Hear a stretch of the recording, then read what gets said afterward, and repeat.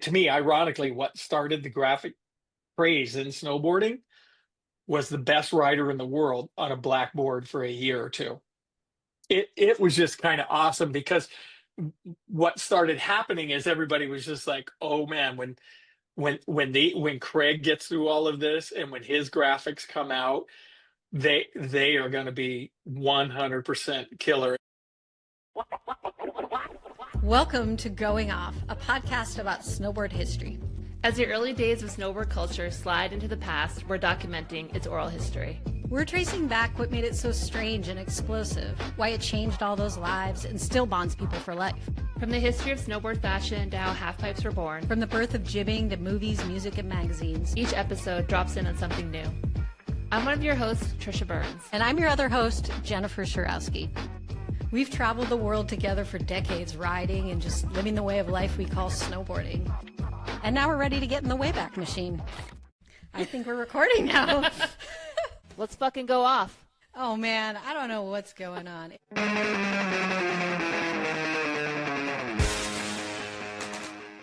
So, Shurowski, what are we talking about today? Hi. We're talking about snowboard graphics from the span of 1985 to 2005.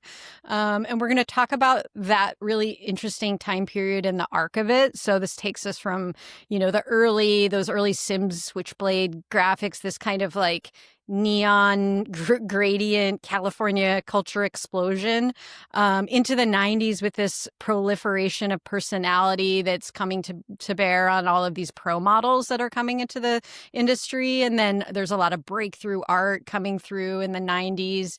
And then this great consolidation that happens in the industry around 2000 and how that changes or affects snowboard graphics. So, and we did want to mention, for these episodes, we do a ton of research. We talk to a lot of people, and we do have, some of them live human experts. You're going to hear from Brad Steward, who is a snowboard pioneer, entrepreneur, Barrett Christy and Shannon Dunn, who are both legendary pros who've had legendary pro models. Lance Violette, who's an artist, and, he did creative direction on all of the Burton boards in the late 90s and early 2000s. And then Corey Smith, who's a huge Capita collaborator and founder of Spring Break Snowboards. Yeah. So before we talk about all of that exciting stuff and hear from everybody, let's talk a little bit about, the graphics that we loved when we were coming up and what we actually rode. Like the first snowboard of my choosing was a awesome K2 gyrator that was like hot and splashy and had a lot of 80s vibe to it. But, and it also went really well with my asymmetrical haircut of the 80s. The girl's Tony Hawk cut. It's so sick. Did you pick that because of the graphics, that board? I picked that snowboard because it matched. I had like matching skis and a snowboard, the K2 gyrator skis also, but it was like how dorky can I sound? And privileged at the same time. Quote. I picked it because I thought it was cool and it also was the right size for me. There weren't a lot of options for like a young kid coming up who is lightweight and didn't have like huge feet. And both of us were lucky enough to be sponsored at an early age. So we started kind of like getting boards that we were like given to us. So we didn't really get to choose. But Jen, what was your first board that you picked? Well, I do feel lucky that I got to ride. I was riding for Sims during like the early and kind of mid 90s period when a lot of these like really iconic board graphics were coming out. Like I got to ride the Noah Selaznick, skate trucks board. I got to ride the Sean Palmer Mini Palm, and I definitely rode Shannon Dunn's Sunflower board. So those kind of just showed up in my box. Yeah. Wait, let's. This showed up in my box. As a young female snowboarder, these showed up in my box. That sounded totally weird. Those boxes showed up at my house, which was awesome, but it wasn't like, I want to ride that graphic. I remember, my first board as often during that period was just like some hand-me-down or some free board my parents like found in a dumpster or something. I think it was a Look Lamar collab, and it was very 80s. It was all purple, and then it had like Look in bright green. The Look trick stick. What was it? But the first board, it wasn't the trick stick. It was just some weird generic collaborations. So I haven't been able to like trace this board down again. I think it was a bit of a one-off. Yeah. Then I bought the next year. I got the year all the Burton Airs came out. So that was the year of the like ketchup and mustard Craig Kelly mystery air. That same year they had like that line of Burton Airs, and there was a small one that I was able to buy. So it was hard. I was like under 90 pounds until I was like 19. So it was kind of hard to find. Even that Selaznick was a pretty big board. Yeah. That thing was probably a 155, I would imagine. For sure. So Yeah. I was just looking at a picture. I'm like holding it. I'm standing on a podium, and I was like, that thing was taller than me, you know. And that was the era when they had boards that were like 175. Yeah. Oh, totally. All those like Marvin boards that were giant. But it's funny because it feels like, you know, having been in snowboarding for like 35 years, like we have, you start to see that there's cycles, and what's old is always new, and things go into fashion and go out of fashion and come back into fashion. And there's an interesting energy right now around these like all these reissues of like old snowboard graphics, like Shannon Dunn's Dolphin board graphics that she had on Burton are coming back out. They're getting reissued. I just heard that Morrow's going to re-release the Todd Richards T-Rex board. So it's like what's old is new again. Yeah, always. Yeah, and it's interesting. And now there's like a stir. Obviously, we've always used artists, or not always, that's what we're going to talk about in this. But now that Burton's kind of using AI, which is the future of everything, but is it really the future of board graphics? And there's been a lot of conversation about using AI and how they're using on the custom, which is one of their it's been around for 30 years. It's like probably the most widely known board on the Burton line. And it just sort of feels a little bit like this is where we are, you know? Yeah, the AI quagmire, especially in like the creative industry, is really hard because it's sort of like, on the one hand, it's a tool to use. On the other hand, humans are what make you connect with art. And so it's just, it feels like a real enigma. But luckily, Tricia, we do not have to solve that problem on today's episode. We'll leave that to all the other podcasts because they're doing a really good job of it. What we are here to talk about is snowboard graphics from the past. And I think the whole AI conversation, it dovetails nicely into this question we sort of asked ourselves when we started thinking about this episode, was like, what place do snowboard graphics hold in snowboarding? And I was thinking about how like snowboards and skateboards are unique because they're equipment, but they're also culture. Like, you know, if you think about a golf club or a tennis racket, like they don't have like meaningful graphics on them really, or artwork. And, you know, snowboarding started as a subculture, and subcultures have their own like unique codes and languages and aesthetics. And so it's just cool to think, you know, to go through and really study all of these graphics over 2 decades and start to think about like, oh, what are they telling us about our community? And like, you know, what dreams do we hold? What stories are we telling? How are they giving us like a sense of belonging if we're writing them, you know? Yeah, and like, you know, we always say it's like the biggest bumper sticker. It really is the biggest expression. When you do a backside air or whatever, you're like showcasing kind of who you feel like as a writer, what you identify with, what brand you're with. Yeah, I guess we should take a step back and talk about like what a board graphic is exactly. And so it encompasses the top sheet and the bottom, and it's sort of the combination of the story told by the two. And brands use these to communicate sort of the philosophy, their story behind the brand, behind the board, behind the writer, and, you know, obviously what it could be used for, like a swallowtail, a twin tip. You know, this is like the whole shape of it and kind of what it's designed to do, but also who you are. And, you know, kind of like we were talking about a little bit earlier, like you might be asking, like, how much do graphics really matter when buying a snowboard? And like anecdotally, the graphic matters a ton, like, you know, because we're such visual creatures. You really like see it and want to wear it essentially and carry it. Like it's a big purchase. You know, Barrett Christy talks about its price and graphics are a big consideration to buying your snowboard. It's worse. Yeah, like you can't unsee them in a way. And there's obviously some like really specific boards, like a split board or whatever that you may be like strictly going after the tech. But yeah, if you're looking at a board line and you know it's what makes you connect with it.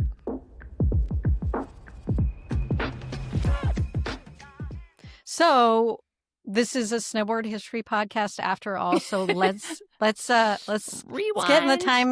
get in the time machine and go back to the middle 80s, go back to 1985 or 1986 and kind of head back into that world and just think about what snowboarding was like back then. And it was really snowboarding small, and it's pretty niche. I was thinking a little bit about like what snowboards were even available at the snowboard shop in my town, even in like 1989. And it was like there was Burton, there was probably Sims, and that might have been it. So like all of these different, regionalized board companies, it's like you just didn't have a whole lot available to you, because it's you could maybe call it a sport, but definitely not a movement quite yet. It's small. Yeah, it's small and really regional, like you're saying. Like back east growing up in the Burton area, it was like all Burton boards, and like Sims felt like this import, from California, Different country. Oh, yeah, and totally. then like a barfoot. But yeah, graphics wise, this is the era of like the Sims Switchblade, the Burton Performer, back hills,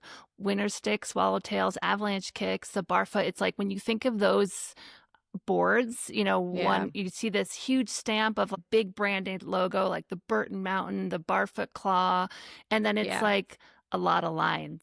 Really, if you look at the Sims Switchblade or the 1710 and the Woodies, are all a variation of like a huge stamp logo, their name on the bottom, and a bunch of lines, maybe a gradient, maybe a different color, but pretty basic and pretty like brand forward. And kind of similar in a weird way. And there's actually a reason that these graphics were like that, and that they were so different from the ones we think of today, or even like the graphics that were in snowboarding a few years later than that in the 90s. And we had a long conversation with Brad Steward about this era. So Brad, if you don't know, is one of the great pioneers of the snowboard industry. He's kind of a titan of industry in a way. And he, he founded Bonfire Outerwear. He worked on Morrow Snowboards. He brought snowboarding to Solomon, a ski company, and so much more. But in this early era, like kind of in the late 80s, he was working with Tom Sims and helping lead Sim Snowboards. And so it was interesting to talk to him about like getting into his mindset of what they were doing with the graphics. And his point of view was that it was really, snowboard graphics were just, the snowboard in general was really being approached almost like a surfboard. And these original pioneers like Jake Burton and Tom Sims, like they had in their mind that's how they were thinking about it. Like this is a surfboard. From my specific viewpoint, especially as it relates to Sims, and I would even say the early days of Burton. So the original idea behind snowboarding was we can surf on the snow. Most of what was happening at that time is we were pulling from surfers. And we knew the skate audience was out there, but it wasn't quite on tap yet. Sims's kind of unfair advantage, he felt, was I can get the skate kid before Burton does because they're East Coast, have no roots in skateboarding, and their guys are wearing, red tights at the race. My guys are all skate guys. I can, do something there. So a lot of the first round of graphics were pretty simple. They were decals placed, let's call it in the top third of the nose, dead center, much like you would see the surfboard be labeled by a shaper. If you look at the imagery of those days, it's Jake or Tom with a face mask and a sander. When the reality is, maybe that was done on a few boards and then the rest of it, they're standing by a press that's popping them out kind of thing. Okay, so now there's a few brands out there, and brands are starting to try to differentiate themselves. We've got Flight, Burton, Sims, Barfoot. There's other early brands, Snow Tech, things we're kind of forgetting. But, there's space to be a little bit different. And so according to Brad, Burton was like, let's do mountains. Now let's do mountains with lines. Now let's do mountains in a grid. And that was sort of the vibe was just like, we own the mountain and we're going to put on everything with the lines and switch it a little bit. It's smart to build brand identity, but Sims had a ground rule and that was no mountains. Mm-hmm. They wanted to be about skate, punk rock, and alternative culture, and that did not involve the mountain. Yeah, it's pretty interesting how intentional they were even then, or just even kind of so sophisticated about how they were going to pull themselves apart from Burton. Yeah, like they're on an opposite coast. Yes, they embody California culture, but it really did work because we talked to Todd Richards recently, and he was saying, like, I didn't he lived on the East Coast, ground zero for Burton, and he was like, I didn't want to ride a Burton. I wanted to ride Sims. They were skaters. I was a Yeah. skater. So it really like whatever they were doing really worked. Yeah, when you think about like Tom Sims and Jake Burton, it was like Sims was skate surf and Jake was snurfer ski. So it really was like two different kind of identities coming at the same puzzle essentially. Sims, our principle was we had two big concerns. Concern number one was we were very photo driven at Sims. If somebody gets a photograph on a Sims board, you have to have something at the tip of the nose that tells you it's a Sims without it being a big blasting logo. And that's why we extended Tom's signature right up to the very tip of the board so that you could see that little piece of the S coming out and you would know that's a Sims. And so that was very important to us. And we began to think about things like, well, you need color, you need contrasting color. We liked the idea of creating graphics that made the snow glow a little bit. We thought that was kind of a cool idea.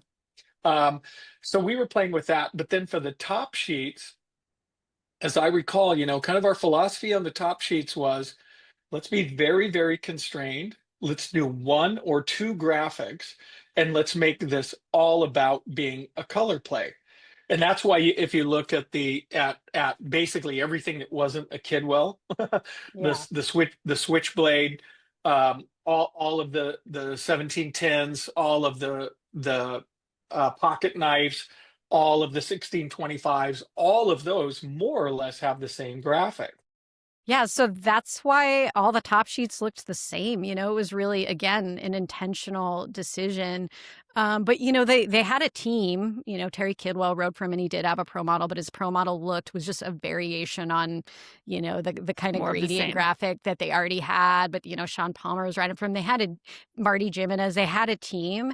And the team was like, they wanted to splash out. They were looking at, Sims was owned by Vision at the time, Vision Streetwear. And so they were looking at all the pro skaters who rode for Vision. And they were like, man, those guys have their own pro models. Like, we want to do that. We want something of our own. So Brad was kind of saying, like, we knew it was coming. We just didn't know when. As far as production details and kind of the approach they were taking to that process, there was some interesting texturing going on at the time. Winterstick had like this roughened texture, and it came from like the way the boards were made. They're actually made out of fiberglass. It was like pressed fiberglass. Yeah. So there was just like a natural texture to them that was pretty interesting and made them feel like different and unique. On the Sims side, Tom was looking at all of the skate graphics that were coming out at the time. There was just cool textures happening, and they're like thinking about like what can we apply to snowboards and have it work. They also were excited about like textured inks. Jennair, of course, had that puff ink like that was very 80s, and they're like, how can we use that? They got really, really excited. They were like, oh, we used it. Kind of felt like grip tape in a way, but he's like, yeah, it kind of came off after a couple times, like in the snow, but it was still cool. Yeah, so there's like obstacles coming up. Production wasn't very good. They're still basically inventing the snowboard, and they had to think about consistent production. And when it came to graphics, it was super limiting. So it was a challenge. A significant part of the equation was we have to think very carefully about something that doesn't spit out a bad board, because every time we do it, that's around $135. It's not like it's not like blowing a skateboard deck graphic where it's $8 and you sand it and you clean it and you go at it again. I would say a couple of things that evolved and kind of made things push forward a little bit. A lot of the distributors, when they first came into the snowboard market in the other countries, a lot of them said, hey, your production in America, your graphic quality and everything, it won't fly over here. Graphic quality on skis is excellent in Europe. Europe is the heart of skiing, the majority of the market. So we need something actually that's a little bit better than what you guys are making. We're going to go to the ski factories and have them make your brand. So we said, great. we'll do that. They're going to be glossy. They're going to be shiny. The colors are really going to pop. We're gonna send our team writer Tommy Delago, who lives near the factory, over there to have a look. Oh, whoops! Tommy called us, and he's now starting a snowboard company after going to that factory. Note to self: don't send a team writer to do graphics unless you want a competitor. But I love Nitro and I love Tommy, and so we had to learn a lot, kind of going through all of that. So yeah, low-key, the birth of Nitro snowboards happened during a board graphics moment. Kind of funny and like a wild time. New brands are just like cropping up all the time, and new brands that actually endure, like Nitro's still a rad brand today. So pretty cool. And just that like inventive spirit of the early pioneers of snowboarding. They're just like, oh, dude, I could do that, or like spitballing off each other. But Totally. Okay. And same with the graphic revolution. So we're here at the late 80s, on the cusp of what is going to be sort of like what I think we would feel like is like the heart of snowboard graphics. Snowboarding starts to grow. We can do things a little bit differently. Experimentation is happening. Like we said, we've got inventors. There's competition between Sims and Burton is heating up, and everyone's sort of looking for that advantage. And distributors are also trying to help drive the boat here. They're coming to the sales table and saying like, our market wants something different. Yeah. So back to that sort of regionality conversation of like the world wasn't global then. There was no internet. So, the Colorado market might not want something that the East Coast market wanted. And the distributors are like, hey, can you like give us a little something different? A little spice, y'all. Yeah, exactly. And so according to Brad, for Sims, they were in a situation where they had Sean Palmer, who's like arguably the biggest personality of all time in snowboarding. And he's screaming the talent to back it up, and he's screaming for a pro model. And and Brad was like, he absolutely deserved it. And, this time, like in the late 80s, like the 1989, 1990, it's a period where the runs are starting to get a little bigger. Like you could afford to do like 500 Palmer models, and it would be worth it. So they knew something big was coming. There's this energy of like being on the cusp of something. And then, Brad's point of view is there really was like, he's like, I feel like it was one seminal moment that changed everything in snowboard graphics. To me, ironically, what started the graphic craze in snowboarding was the best rider in the world on a blackboard for a year or two. It was just kind of awesome, because what started happening is everybody was just like, oh man, when Craig gets through all of this and when his graphics come out, they are going to be 100% killer. And I do remember Sims. I'll use the word storming through the office, but that's maybe a mischaracterization of his personality. But I remember him coming through the office with a little heat saying, we have to get our graphics together quick, because if the Mystery Air has a killer graphic and they got Craig Kelly and he's winning everything, we are going to have the rug pulled out from underneath us.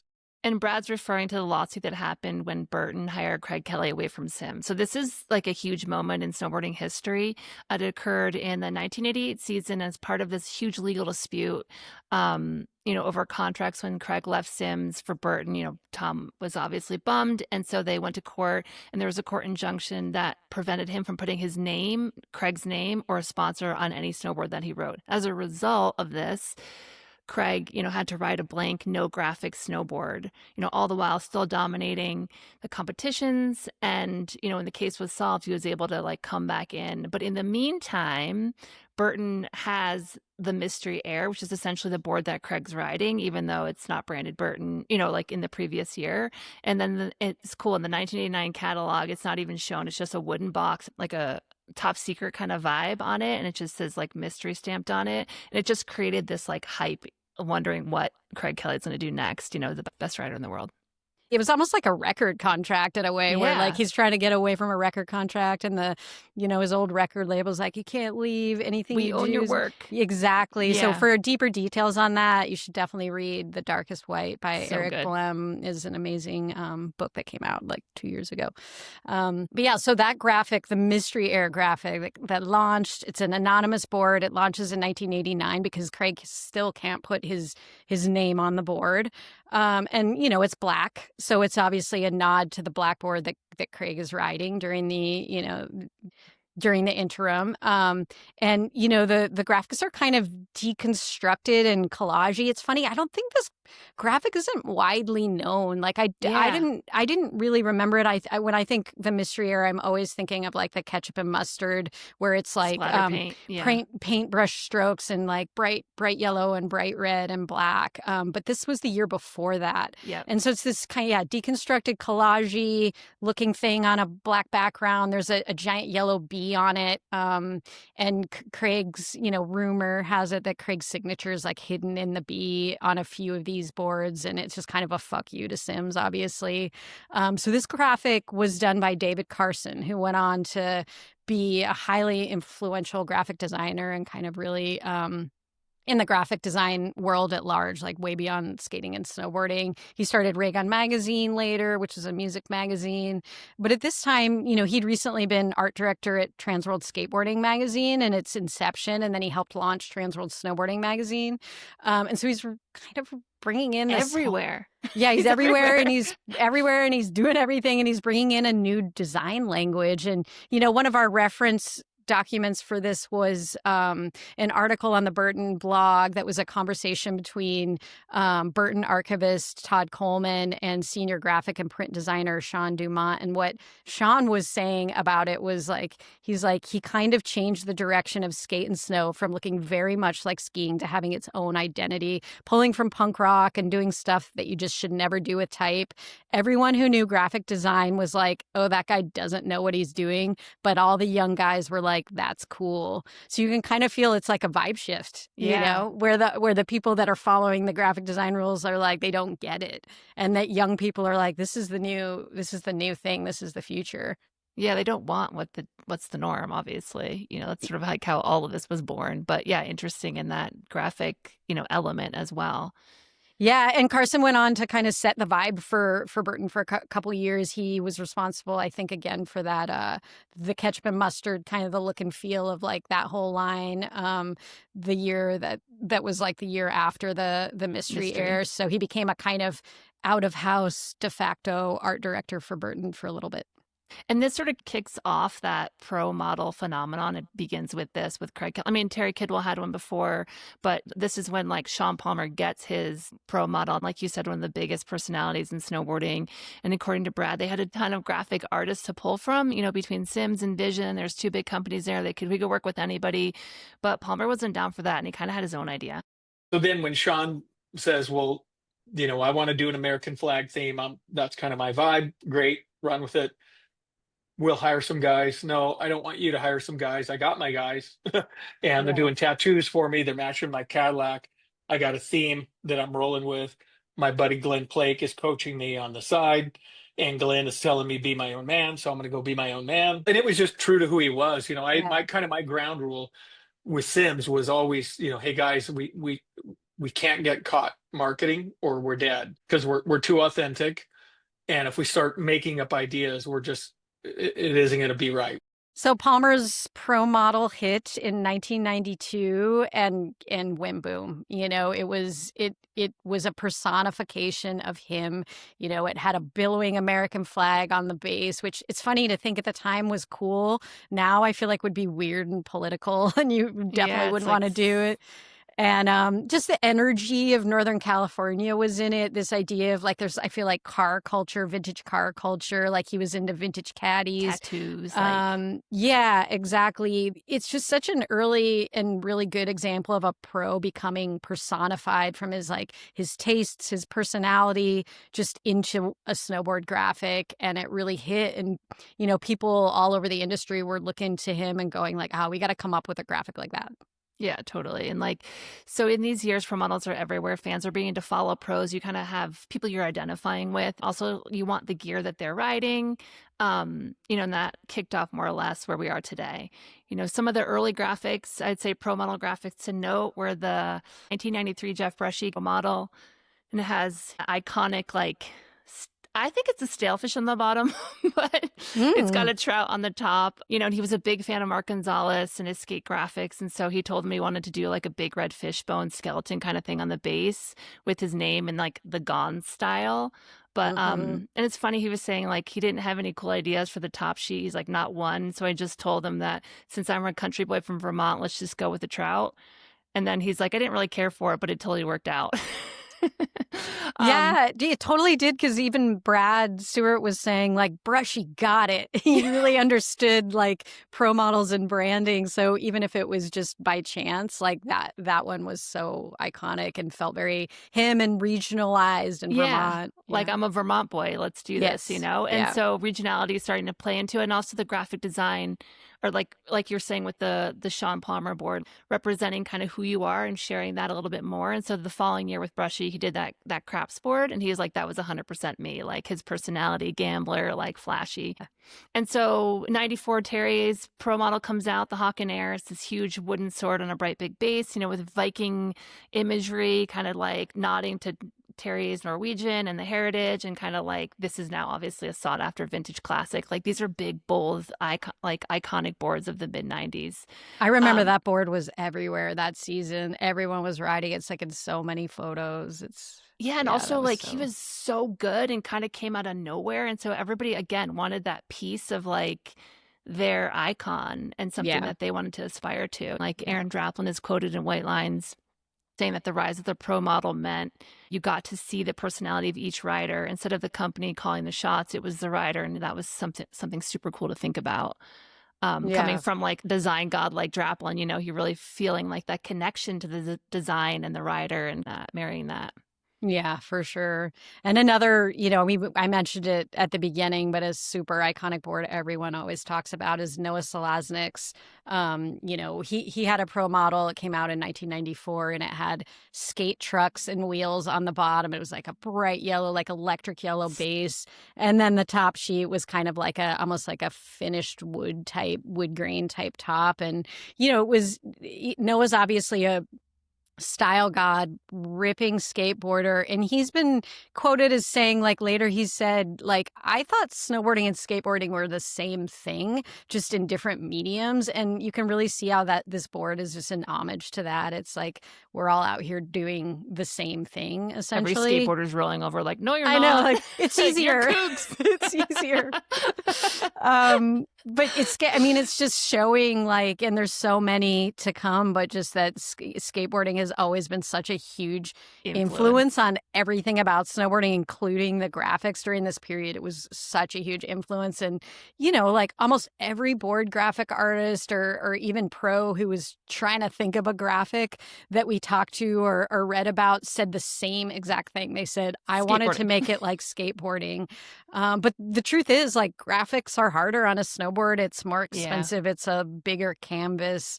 It's bigger easier. Risk. It's easy to be risky on a skateboard because, like, think about it. Like, people skate, it's like maybe 5 decks through an entire year. It's just more disposable. It's lower cost. So, it's a little bit, that's no wonder they're pushing it and they're on the forefront. I was also thinking about how like skating's going on, it's going on everywhere, but obviously in the cities is where it's being really like, that's where the cutting edge is. And that's also where the cutting edge of art is. And so it's naturally like hand in hand. Cross-pollinating. Yeah. You Totally. are one and the same, more or less, or like those scenes collaborate so much more. Whereas naturally. It might be a little bit different now, but back in the 90s, the art scene in the mountain towns was not that hot. So, no wonder that like snowboarders no shade. No wonder, snowboarders are looking towards skateboarding. Skater artists like, Mark Gonzalez, you mentioned him, Brushie was like idolizing him. Neil Blender, Chris Miller, there's just like a model set up for how to be a pro and also be a artist and own your own kind of creative expressions. Yeah. And so we've talked a lot about, where like the scenes were local and a lot of graphics at this time were being like, had this regional quality to them. Sean Palmer and Selaznik felt very California, Brushie sort of nodding to Vermont, but the Northwest had its very own different thing going on. Yeah, up here where I live in the Northwest, it rains a lot. Things are dark. People Yeah, get weird. it's got a different vibe. And, we should talk about Morrow Snowboard, Yeah. straight out of Salem, Oregon.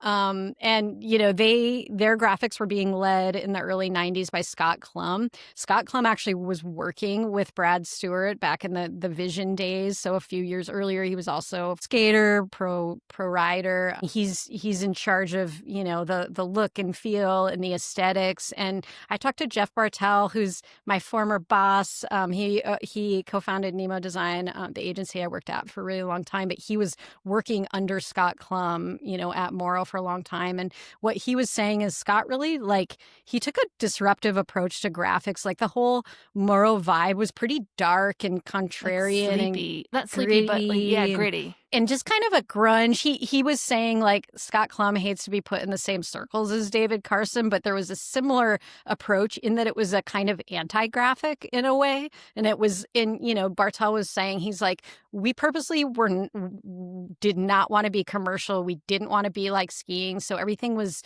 done more like fine art, and it was very experimental. So if you think about the Morrow Drive, the Morrow Spoon Nose, remember that? Yeah. And where the Morrow is spelled out in cut out letters and things like that. So that was sort of that kind of these punchy big graphics that you see on the bottom of the snowboard. The Morrow was a little bit more subtle and shady and like a transparency, like a photo, like shaky photo. Yeah, and I was thinking about, because, my really good friend rode for Morrow and I rode for Sims, and I was always sort of jealous. I remember she rode the Spoon Nose for a long time, and I was jealous of how they were a little more just toned down in a way. All the Sims graphics were super flashy, which didn't quite feel like it matched my personality. Yeah. And so I was I was always kind of drawn to the Morrow graphics. So while we're in the Northwest, while you're up there, in that dark, drinking coffee, yeah, totally, not using an umbrella. Let's talk about Mervyn. So, Mervyn is building boards out of the Olympic Peninsula in Washington. There's some mad geniuses up there. Mike Olson and Pete Sari.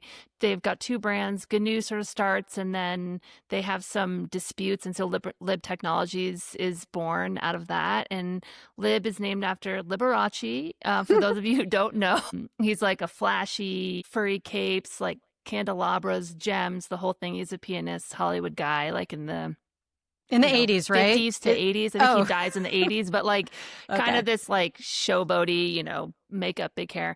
Anyway, they name the company after him, Liberace Technologies, because in 1985, Mike Olson had scored some shiny aerospace fabric from the Boeing surplus sale and created his skateboard, and it didn't come out exactly how he wanted to, and it shimmered and shined like one of Liberace's jackets. So he wrote on it, kind of jokingly, Liberace Technologies, and had a laugh on it. And then when the whole GNU thing kind of they had to part their ways for a hot minute, they picked that up because they thought it was funny. And so that's sort of how the name came around, which I learned researching those this podcast. Guys. Yeah, they're so crazy. Classic, and if it gives them a good laugh, let's go for it. Once they were sort of officially born in 1990, the rest of the industry was making these neon gradients, putting a mountain on it, kind of like we talked about. Lib has this full tip to tail skeletons with crazy big hair, aviator shades, and this artist, Mark Gale, who was a screen printer, made the design, and he was really into the Dead. And, they were like, Matt Cummins, he said it was really risky and loud, and there was a lot of debate on whether they were going to do it or not. But Pete and Mike decided to put it on all of their snowboards. And one of these was the Matt Cummins iconic first pro model. He's done so much for snowboarding, One Ball J, and just he has Temple's big brother. Sorry, yeah, for anyone, and Cannon's uncle. Cannon's Barrett Christy's Barrett's brother-in-law. Okay.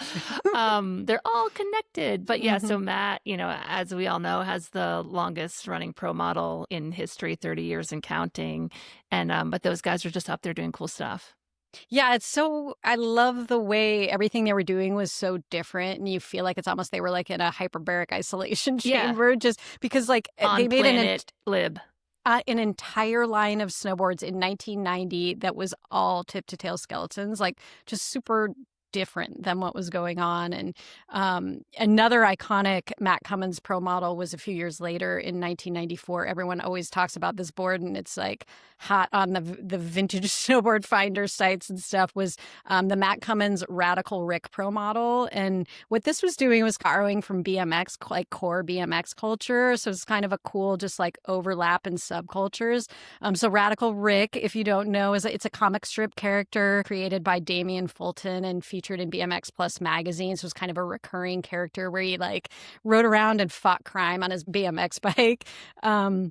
And so Radical Rick was on the bottom of the board, and on the top, he was inside a Volkswagen van, and just kind of parked on this promontory overlooking this like epic Northwest surf break, and like just waves, like just barrels rolling in, and just cliffs, and just what storytelling going on that top sheet. I mean, that's probably, like, let's be real, like a real misty Olympic Peninsula surf break somewhere or something like that. And just cool to see crossovers of culture here. Like Sean Donnell did the graphics for the board, and it's just like everything, all of those, BMX, punk, skateboarding, snowboarding during this period in the 90s was all very, very close. Like they were barely one step removed. Yeah, it's funny. I was watching this video on Matt Cummins, years with Mervyn, and he was saying like, everyone knows and references this graphic, this Radical Rick pro model image. It's funny in a way that, I don't know, people feel so attached to it. Yeah, but he's also like, I got a few photos on it, but Jamie Lynn got way more photos than I did on it. So it's sort of like, just really funny that, his board becomes also iconic because of like the other people riding it. Totally. But yeah, so Mervyn took an interesting approach to graphic artists where they had a cast of characters that they would, tap again and again to keep it fresh. But you got this feeling that like they had a vibe and a thing going on there. You really, even now, you look at a Mervyn snowboard and it just looks like a Mervyn snowboard, like very art-centric, And they've used, like, for years, they've been using Nick Russian, Mike Perello, Scof, Matt French, Annette Wilhelmin, and Adam Haynes, just to name a few people that have been keeping that vibe and that look alive for the Lib crew. Yeah, and you can't talk about Mervyn board graphics without talking about Jamie Lynn, one of the most legendary snowboarders of all time, but also just one of the most legendary snowboarder artists of all time. He came to snowboarding through skateboarding. He grew up in Washington. He learned to snowboard going up to Mount Baker. So to bring you into that world, if you don't know, especially at this time, it's very isolated. There's shitty weather, super deep snow, fucking rad terrain. So legendary. Like, I mean, they call it legendary Mount Baker, but like just from an East Coast Connecticut girl, it felt like this mystical island of like powder.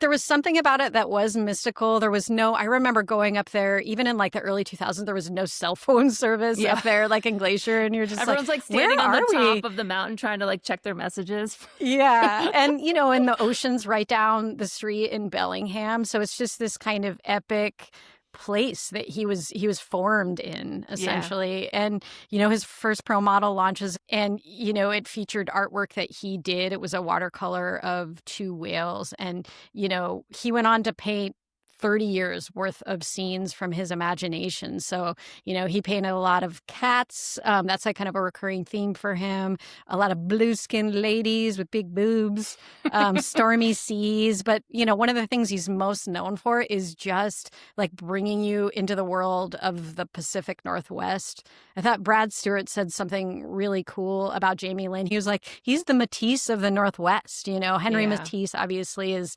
a famous impressionist painter who transported you into the world of the south of France, and just in a very similar way that like Jamie's art just like brings you into the Pacific Northwest. Yeah, and it's interesting because, we think of him so much as like writer/artist in the same like level. You're not like, oh, he's a snowboarder that, paints, creates, and it's like on the bomb hole with him where he says that chance to create art with Lib, really helped him develop as an artist, but he didn't think he ever had much technical ability. And just the fact that you could just be you and be free to express and create, and that was you as a person, your individual characteristic that made you your own. Like, What a humble guy. He's like, I I wasn't know. ever good at art. I just was stoked I could just express. It's like, it's beautiful. Yeah, and there's a story where he, because he was snowboarding so much and had all these opportunities to just ride all the time, that he was basically not going to graduate high school.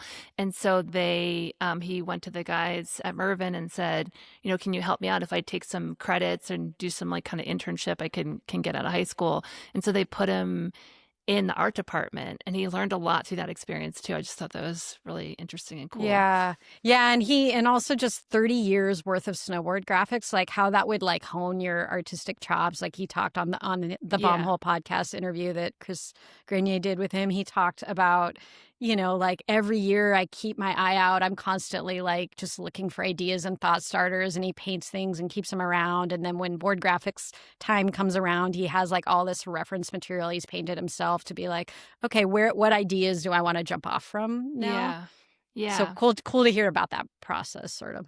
Right, yeah. The other cool thing about Jamie's first pro model is that it debuted a new board graphic technology called sublimation, which became a huge, part of the industry like after this is developed. Mervyn had a proprietary, environmentally friendly version of this technique that they prototyped on this board, and it really set them apart in the industry in terms of what they could do graphic-wise, instead of just relying on the screen printing of like days of yore.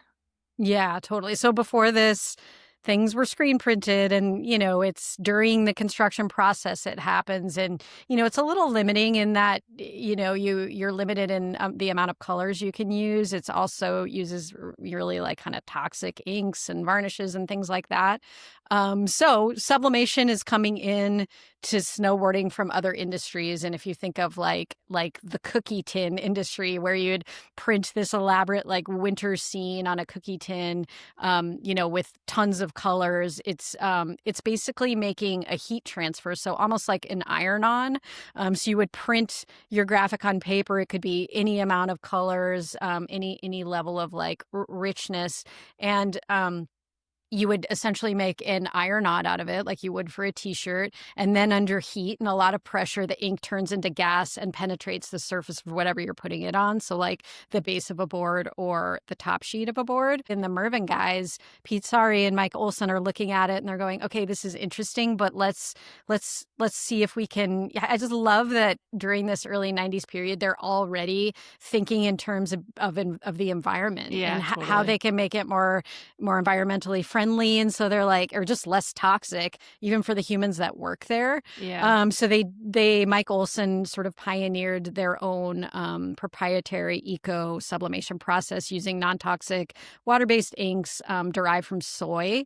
So, they really, what this did in, yes, it's environmentally friendly, but it also gave their boards a really unique and different look in terms of, it was all about the color. Like you could put first of all, you could take any artwork, scan it in, and put it straight on the snowboard. You didn't need a graphic artist or a graphic designer to kind of fuss with the file, but also it just made these really rich and vibrant colors that has made their boards stand out to this day. So we talked to Lance Violetta, who, again, led all the Burton graphics in the late 90s and early 2000s. And, he also helped create Burton's Unink sub-brand. He led the way with, a group of riders to do that. He went on to do some creative direction at Forum Snowboards. And we interviewed him. We wanted to know a lot about, just take us into the world of graphics at the time. And what were you looking at and being inspired by? What was the landscape like? And he really brought up like LibTech. They were the masters of sublimation. He said he would just like looked towards the sky with stars in his eyes and was just like, Jamie's paintings, all that color, no one could hit it like that. That's why I always looked to those lib guys. They're reds. He like talking with his hands. And another nugget from Lance about their production process that really just almost like inadvertently pulled all their boards apart as they would press the boards in these vacuum bags that had texture on them. So that's how they got all the little like the flower texture that was on all of their top sheets. That's so cool. I just have to talk about one sublimated board that I had to ride in the mid-90s, the Rossignol Corn Cob. Oh, totally remember. What was up with that board? French. The French I thought they think knew what just they were thought it was doing. cool. Yeah, but it's so funny. I mean, we remember it, right? But We it was do. so funny. You're like, okay, this is when sublimation in my mind like takes hold, when they're just like, let's take a photo of a piece of corn and make that a board. Boom, done. Yeah, and Lance will talk about it a little more later in the episode, but that's also the era where you would like walk into a bar in a mountain town and there'd be like a board like nailed to the wall with like a Bud Light logo on it or something, and you're like, where the hell did that come from? It was those graphics The were all results just of- sublimated Yeah. on. Yeah.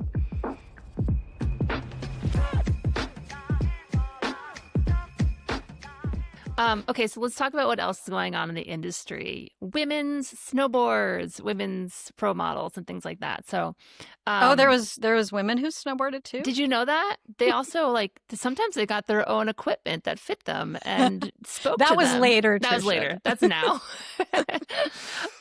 But yeah, so women are starting to get their own boards, and that led to a whole new graphic energy. So, since we're talking about Mervyn, let's talk about Barrett Christy. And her first couple of boards that came out were so cool. And in 1995, this was before she had her pro model, she got to do the graphics for a small size run for the Stupid Cap series. The opportunity was presented to me in a factory visit, and Pete sat me down and said, well, we're going to do a small size. You want to do the art for it? We need it today. And so Classic. I literally got colored pencils and construction paper, and I'm not an artist, and graphic design wasn't even a thing. And it was basically just, well, what inspires you? And I had this 7-Up sign. I'm looking at it right now. And I liked the flowers and the rainbow on it. And I thought, oh, I'll just draw that. And so it looks like a 5-year-old did it. But that was my first experience with graphics. And because it was with Mervyn, there was a lot of freedom. Like, do whatever you want. And I just couldn't draw anything but flowers. So that's what I did. So the next year, she got a full-fledged pro model called the B Pro, and she hired Lisa Frank, who, if you don't know who she is, and you are not a child of the 80s or 90s, she was an artist that was born in the 50s and created these designs for stickers, school supplies, trapper keepers. Kids were fanatical about these. They were like hearts, teddy bears, unicorns, rainbows, kind of metallic looking bubble letter style. Anyway, so Barrett hired this artist to do Barrett's board, so it had flying pigs and rainbows. It's funny. I totally remember those trapper keepers and stuff. I didn't know it didn't even occur to me they were done by an artist. How cool that she defined that era. style, Well, and then she became there's a movie about her work and some controversy around it, because I think she had a fleet of artists and she was sort of overworking them. But anyway, you can a sweatshop of graphic trapper artists. keeper artists. Yeah, there's some scandal that is on the interwebs, but not during this time. Everything was on the up and up during this time. It was just over the top cheesy, and I loved it. But I will say that there were some markets that they were a little afraid it wouldn't buy the board because of the graphics being so rainbowy and full tip to tail. And so we did some different versions with just a flying pig in the middle on a whiteboard. Yeah, it's funny, Tricia, we were talking earlier. I was kind of saying I think during this period of the mid 90s, when there was some of these early women's pro models coming out, all of those early women's boards were either intentionally feminine or ironically feminine. Yeah. But that's it. There was no non-feminine boards for women's boards. And you could just see how it was this. It was a statement. They were trying to do something. It was let's own, we're planting a flag. We're women. Owning we the snowboarded. space. Yeah, exactly. But I But don't know. in that space, it felt like they had to be super feminine. These are for women. And what traditionally, stereotypically think women want, to be like, or even we they're wanted, represented. because women aren't one note. And like, Yeah. for me, I was like, I don't know about those flower graphics, but it's what you had. You were stoked that the board fit you at least. Yeah. So, but it was, it's like a pendulum swing. You have to like swing really far in one direction. So speaking of flower graphics, we should rewind to 1994 because that's, and just we can't not talk about Shannon Dunn's iconic sunflower pro model board on Sim snowboards. It's like a bright red, vibrant red snowboard top sheet with two big sunflowers on the tip and tail. And then it had a sun, like a hand-drawn sun on the bottom with this like kind of whimsical sort of script that said Sims. And that board was everywhere. I got to ride it. It was awesome. And it was so different, and it, this wasn't, I think it widely got marketed outside of the snowboard industry as the first women's pro model. It was actually the second. Yeah. Yeah, it was actually the second. Lisa Vincent Guerra had the first women's pro model for Checker Pig. I think it was the year before, but it got released in Europe and it wasn't widely promoted. And so it kind of didn't really do anything. And this board landed, yeah. Yeah, and I'd love to, I interviewed Shannon last year for Nemo Designs podcast. She told an incredible story about what it took to get that board made and all the headwinds she faced. So Gayleen Nagel was the creative marketing director at Sims at the time. And she approached me and asked if I wanted a pro model. And I was like, whoa, so it was unexpected. Unexpected. And at that time, I was winning kind of everything. I won a world title. I came into snowboarding kind of hot, and I started winning contests a lot. And Gayleen had in her head, like, a women's pro model. This would be a great opportunity. I think she felt like the time is now. And so she approached me, and obviously I was like felt so honored. And yeah, I definitely want to be a part of that and do that. And she's like, come up with a graphic. Well, right after she asked me about the pro model, I tore my ACL. So that's a pretty big injury. And that happened in the spring. And so I remember talking to her and just not wanting to tell her I was injured because I didn't know. I never had. You're like, can I still get the board? Yeah. Well, I didn't even know if I should. Like, maybe my career's done. I didn't even know what an ACL reconstruction would entail. Told her about it, and she's like, don't worry about it. You're going to come back. It's perfect timing. You're 9 more months. You'll be on the snow. We're going ahead with it. You're totally going to be fine. So she had so much confidence, and I was like, okay, I'm going to be fine. And I'm getting through this ACL surgery. Great. That was like my mentality. And so in the hospital room after my surgery, I came up with a graphic. And at that time, sunflowers were like the biggest thing, that was on trend. It was sunflower perfume, and all the big magazines were highlighting sunflower, and I would embroider like sunflowers on my jeans. And so I thought that would be so cool to have a sunflower graphic, and I just did the background bright red, and then I put 2 big sunflowers on the tip and tail. I just drew that up quick in my hospital room, and I sent it to her. I came up with a base graphic also, like a little sun with the big S, which would be for Sims and also Shannon. I sent that to Gayleen. She's like, I love it. That's so perfect. And then she sent it to the art director or whatever, and they're like, hell no, this is too feminine, too bold. Let's try again. And Gayleen's like, I know you're not going to like this. Just give them the benefit of the doubt. They want to do some art. Can you just look at it? And so I looked at it. I was like, I like actually hate this graphic that they came up with. What was it? It was a hummingbird, which that's fine, but it was just all these like mauve kind of colors and real like dreary kind of, and they're trying to tone it down a notch. And so it was like aqua and mauve and like these big, I just didn't like the colors at all.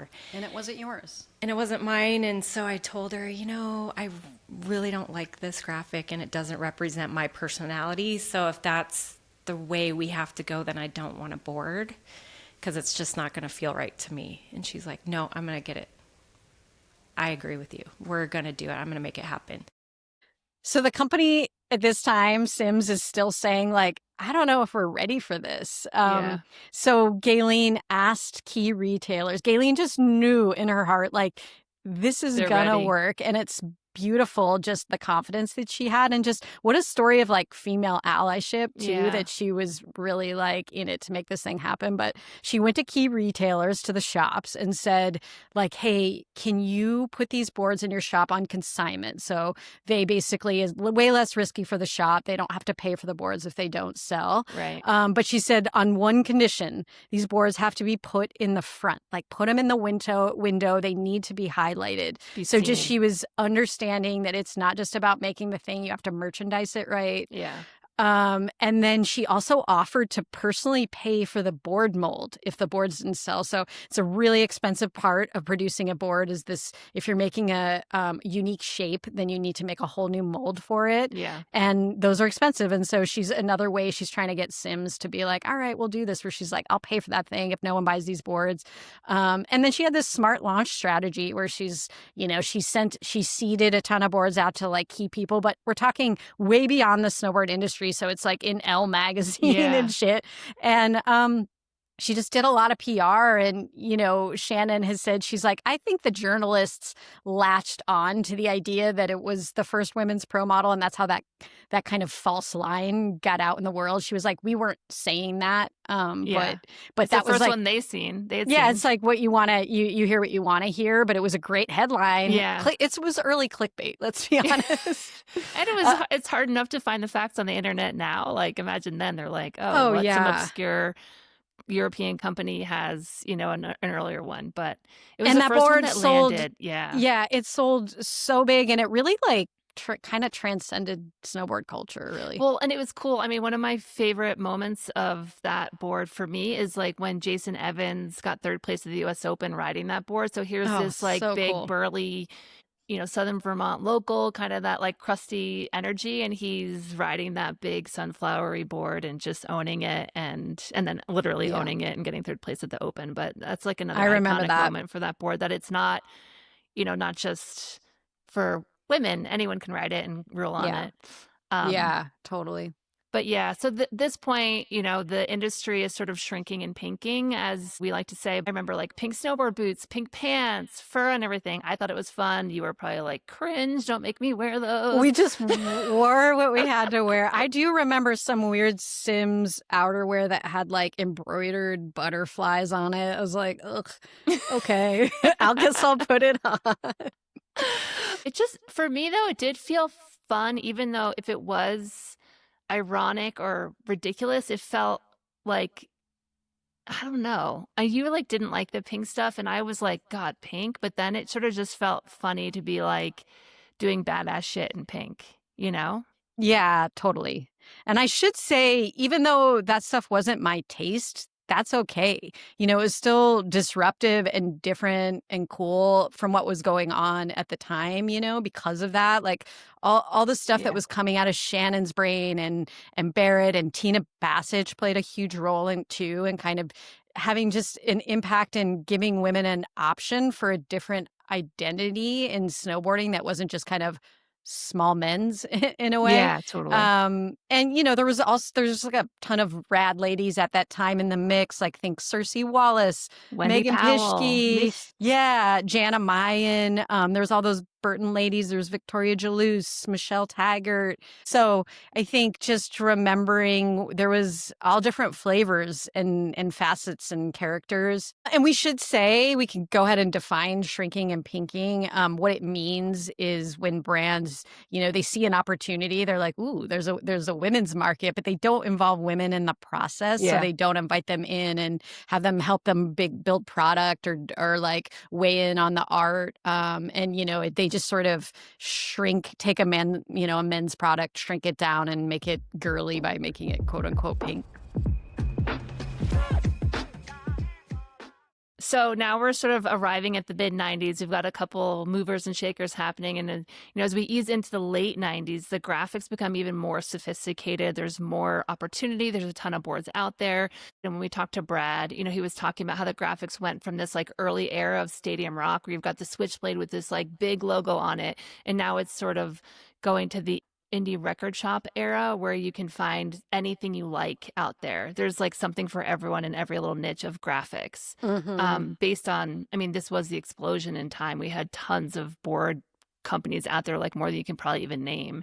Yeah. And then process wise, we've got the early Macs are starting to come onto the scene and being used to create computer generated graphics, and people are still doing handmade drawings and paper comps to sell ideas for graphics, and sublimation is getting more popular. So there's like a couple different ways to create graphics and kind of differentiate yourself out there. And again, like, this is a big shout out to Lance. He's working at JDK at this time. This is Burton's agency of record, and they're creating all the Burton graphics, and they look super slick and premium and kind of very pro. The look of like a Burton snowboard at that time, everybody has their opinions of Burton, but like everybody has to kind of agree on, like, they made like beautiful stuff and continue to, and their boards were so smooth and like nice looking on the finish.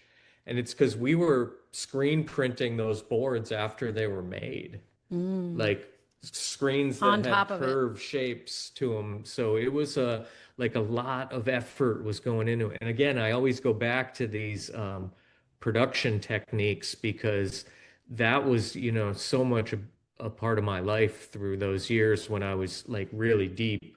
The graphic landscape at that time was, everybody was really hyped on art and heavy illustration. From a production standpoint, like if it was screen printed graphics, they were getting very sophisticated with like metallics, and a lot of my energy went into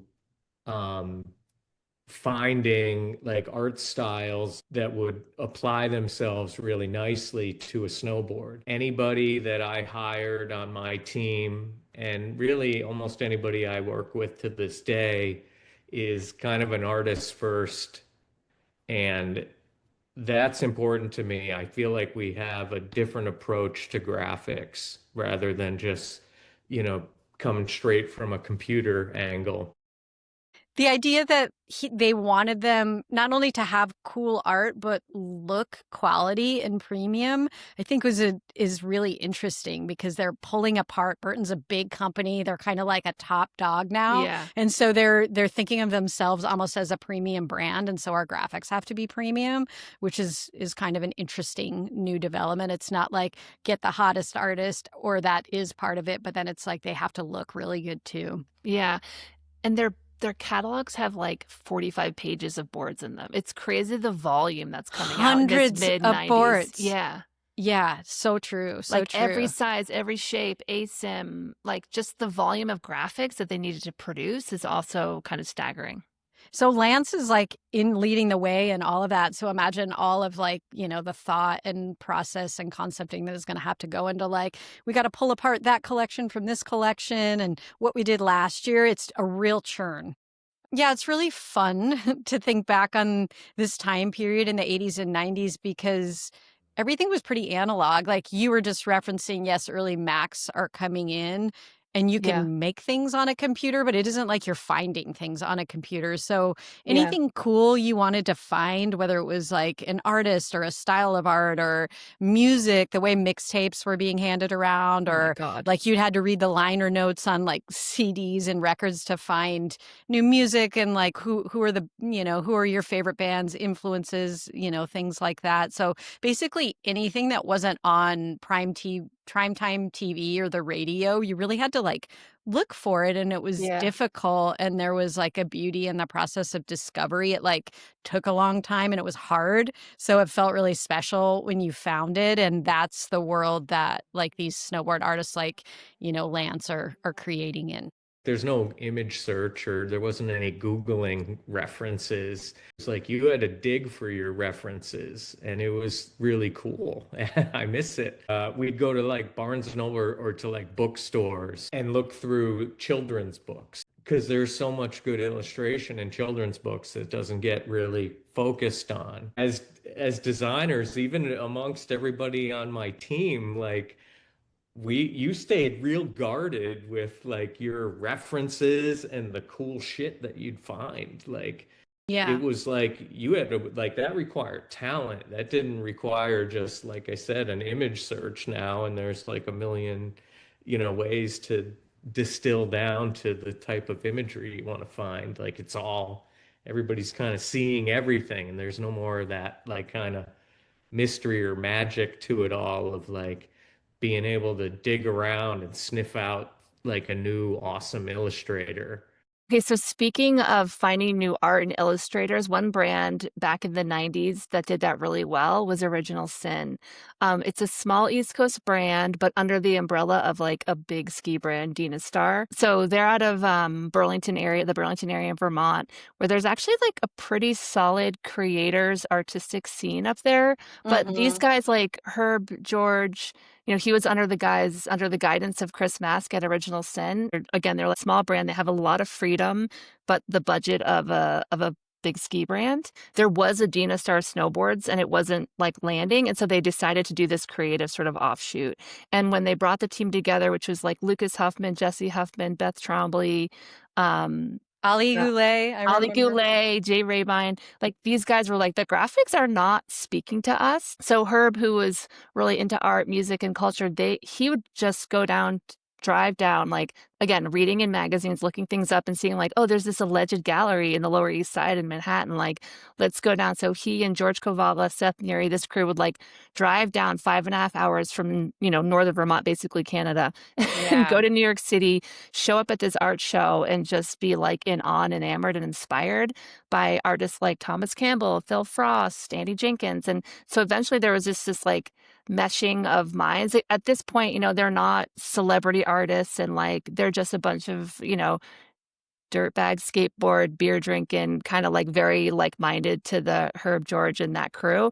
So anyway, this like friendship and this crossing of cultures kicks off this whole OSIN era, and they get them on board to do board graphics and do art for all these graphics and bring them out to the 1997 trade show in Las Vegas. And they did it like an art show. So they're in the corner of the trade show in Vegas where there's all ski brands, and little OSIN is there with their boards are on the wall like art, and then Phil Frost is doing artwork. And so it was just a really cool time and really disruptive and kind of ahead of its time. And this was in 1996. Yeah, that scene around the alleged gallery in New York was so legendary. So it's cool to hear like Herb and Chris were down, plugged in with that, and then like injected that into snowboarding. Yeah. I'm like, how did you find out about it? They're like, we read it in a magazine and got in the car and drove down there. Back to the rabbit hole. You had to like get out of your house and go like, I guess we're going to New York, Yeah. That's and cool. They like cross paths with like Aaron Rose and Chris Johansson and Mike Mills, who like went on to do, Beastie Boys videos and movies, directed big films. Yeah. So it was kind of just a cool, special time there. And they brought it to snowboarding and to like a big brand like Dina Star. And they just kind of left them alone to do their own thing.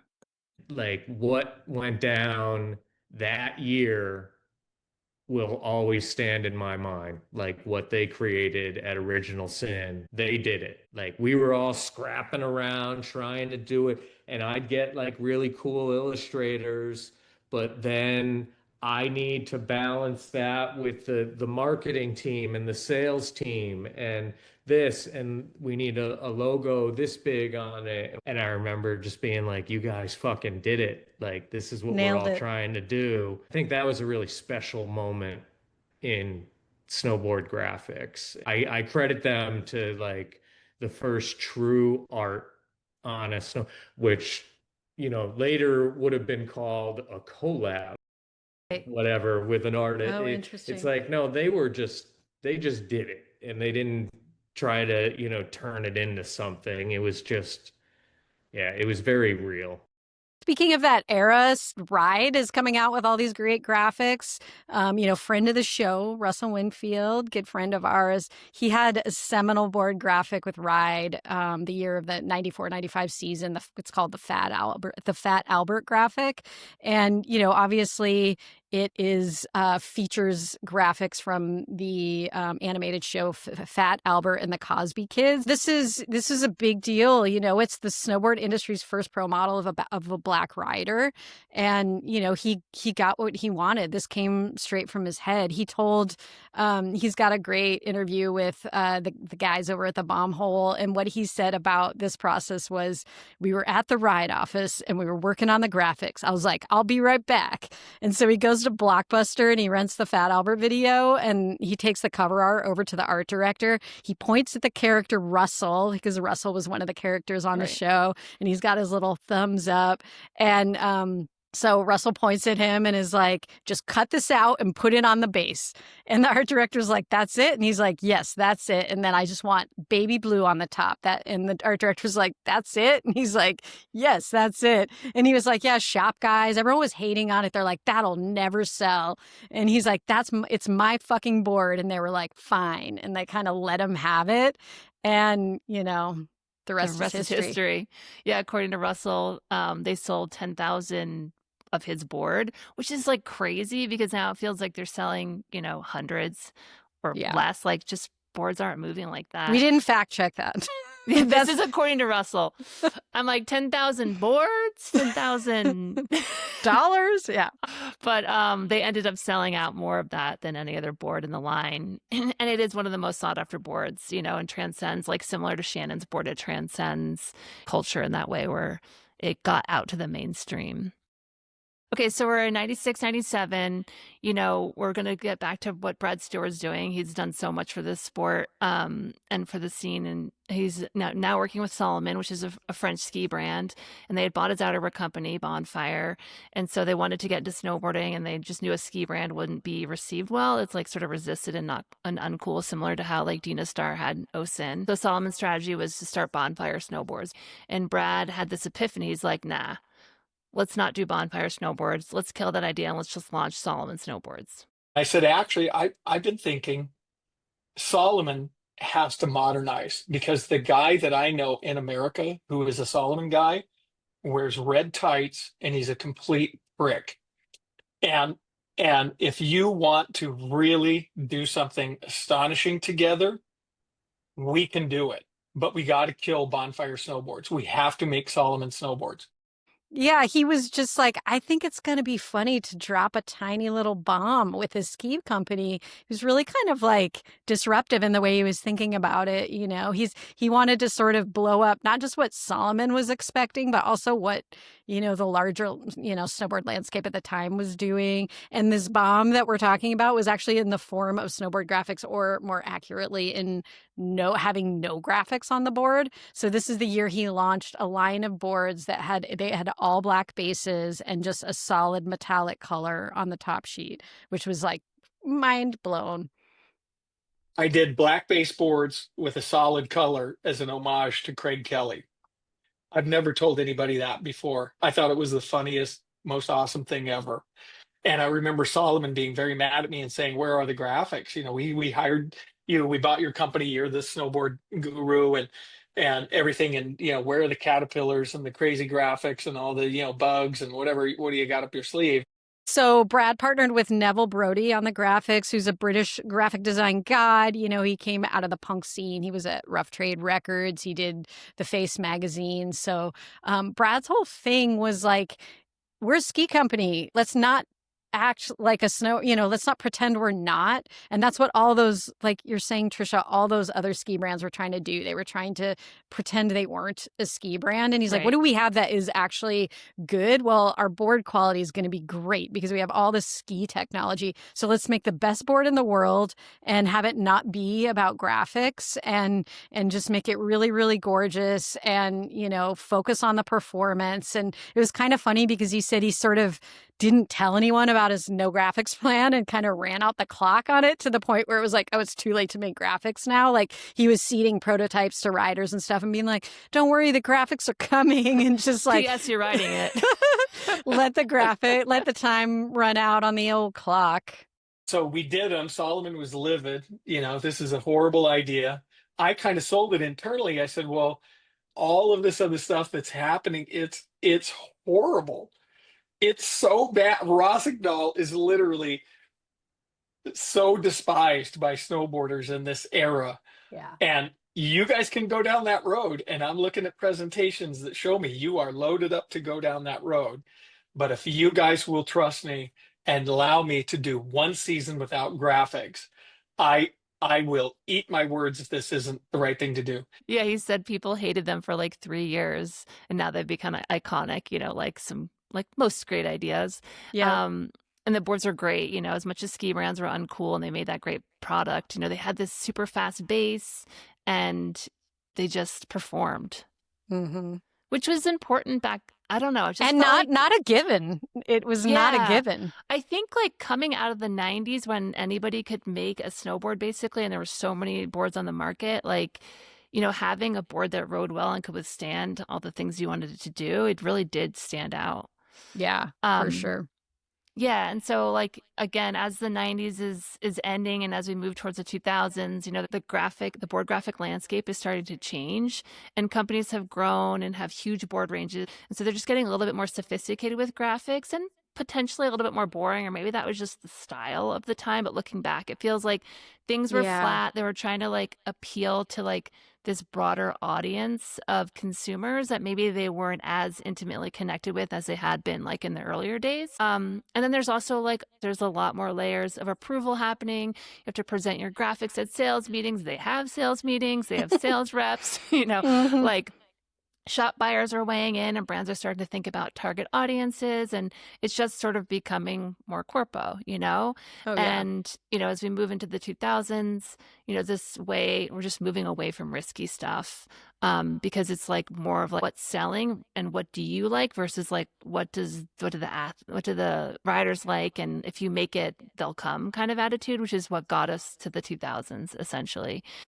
It just gets a little backward looking when you're bringing in all these opinions. Jeff Bartell talked about this a little bit. He was like, yeah, eventually, like, the shop guys weighing in and they're gonna want things that are safe because their goal is to sell snowboards. They know what sold last year. Blue boards sold last year. Let's make more blue boards. So there's like, you're kind of chasing your tail a little bit. And Russell was saying this too about getting his Fat Albert graphic made. He was like, shops don't know what's new. They know what's now. So you're never going to be able to innovate and do something that's going to like hit on the level of a Fat Albert graphic if you're letting 100 people weigh in on it, was sort of his point. Lance Violetta talked about selling in graphics a lot and how he had to work on that, the powers that be, and how he honed his approach and really got good at it.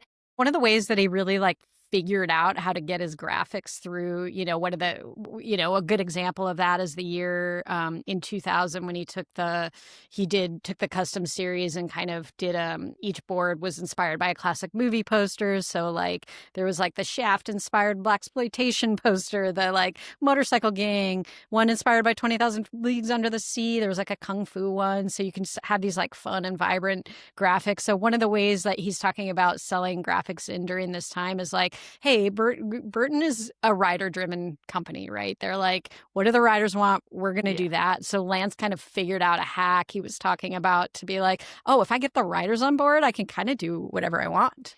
I would have like hundreds of concepts.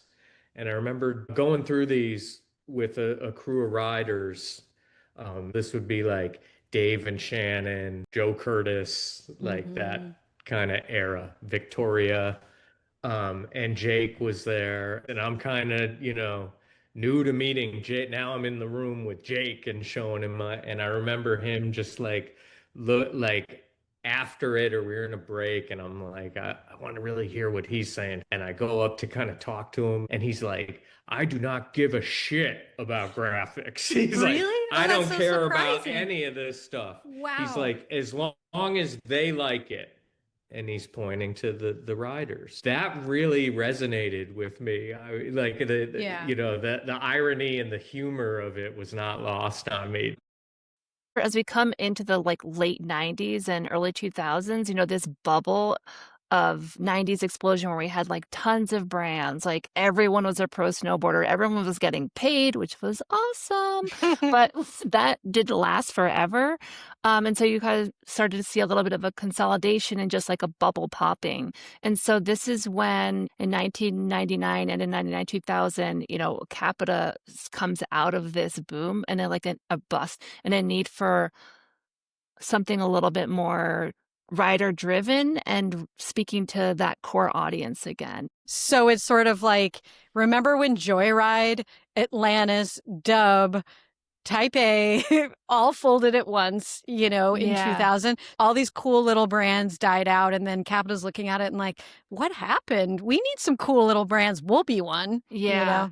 And kind of like answering that. Like they started at the right time because the board, all those cool brands had left and there was a space for Capita to start up and kind of be small and nichey and not have all these a zillion other brands kind of competing with them.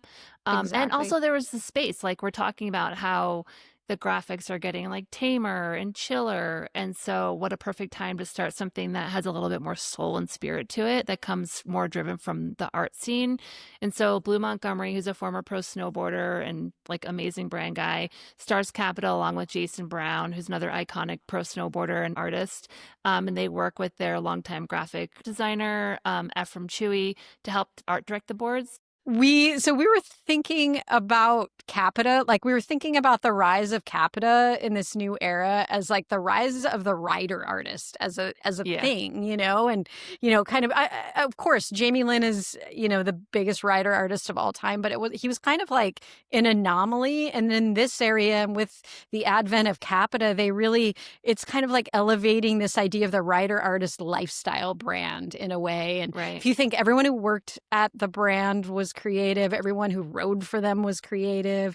They had Jason Brown, of course, is on the team. TJ Schneider, who's Canadian, and he was an artist. Tyler Lepore, of course, Corey Smith. And, we actually talked to Corey for a while about kind of what was going on with Capita. Like, what were they trying to do? What were they reacting to? Corey, he started Spring Break Snowboards and, does it in collaboration with Capita. But at that time, he was just a team rider and an artist that brought to bear board graphics for them.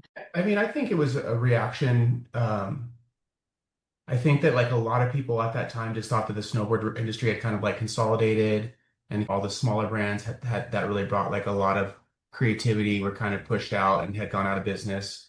So we thought we would be a smaller brand to come in and kind of like, fly that flag, I guess. And I think that if you look at the graphics that at that time, it was kind of stagnant and corporate, and I know that was their vision was to have complete creative control, even almost to the detriment of sales. Just making some really wild stuff that was really like avant-garde for the time. I remember the first time I saw Capita, I was like, this is like too good for snowboarding. This is like too good for skateboarding. This is like some really like avant-garde, like, hip shit.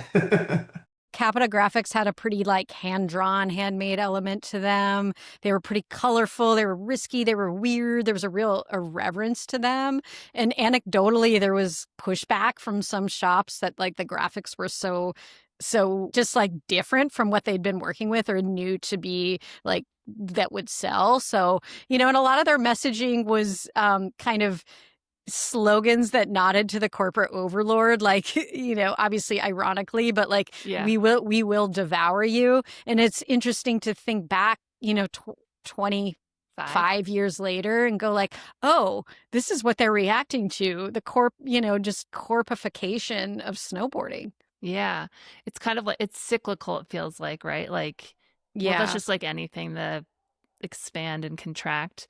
But Corey called out that even Jason Brown, he's had this Star Wars graphic and they were really weird and disruptive in their own way. I mean, now we think about Star Wars and it's licensed everywhere. I know everything. There's a zillion spin-offs, prequels, sidequels, whatever, like all these different side stories. But, when that graphic came out, it was pretty nichey and Yeah. only like a serious Star Wars nerd, like someone like, I don't know, Todd Richards. Ooh. Shout out. No, I think he's like the self-proclaimed Oh, yeah. like Star Wars nerd. But yeah, there's a cool story about how Jason finagled the rights from George Lucas himself to make those Star Wars graphics.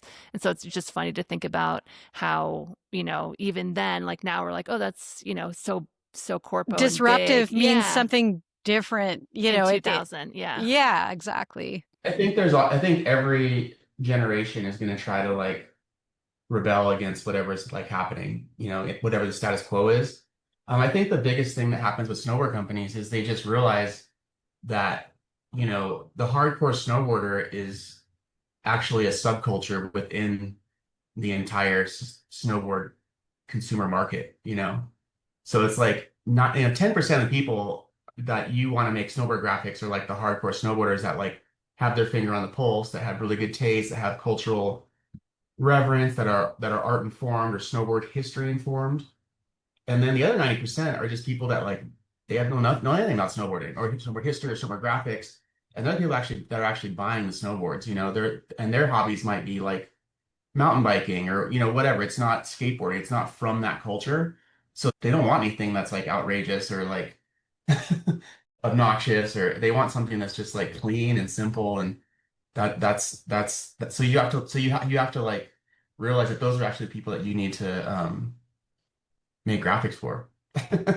Yeah. You can't make graphics for like the 25-year-old kids or 22-year-old kids or 16-year-old kids that are like buy like, you know, maybe 100 snowboards globally or something.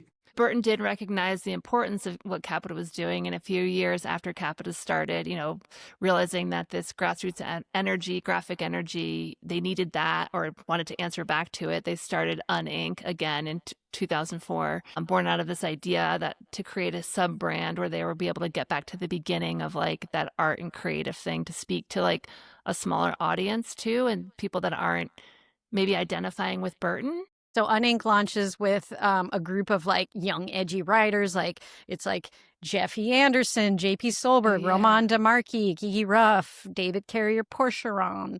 And, you know, what Lance worked directly with these writers, they could do whatever they wanted. Like they gave them the keys.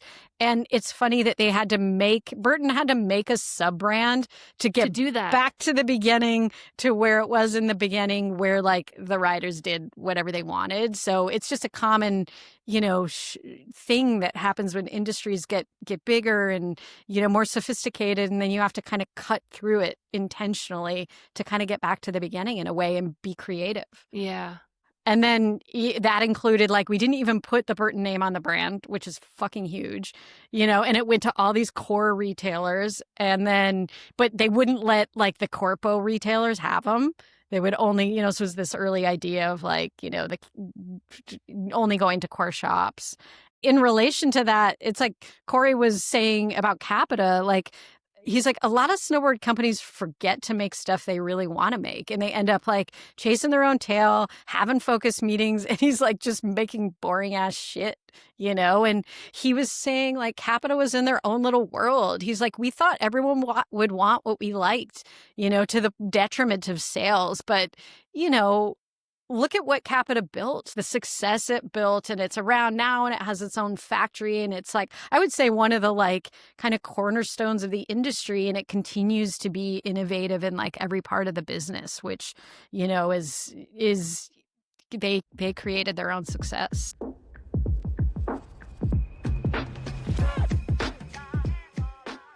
All right, that was a long journey from 85 to 2005, and there's so many more rad graphics on the way, and we really didn't want to get mired too much in like, oh, this graphic or that graphic, and really wanted to look at like the journey and the shift and the things that were the change agents. And, you know, as we look at that arc, like, why is it even worthwhile to talk about it? It's just like, we know that art is never just about art. It's always a marker for other things going on in the industry. And, you know, also what's going on in the collective imagination of snowboarding during each moment.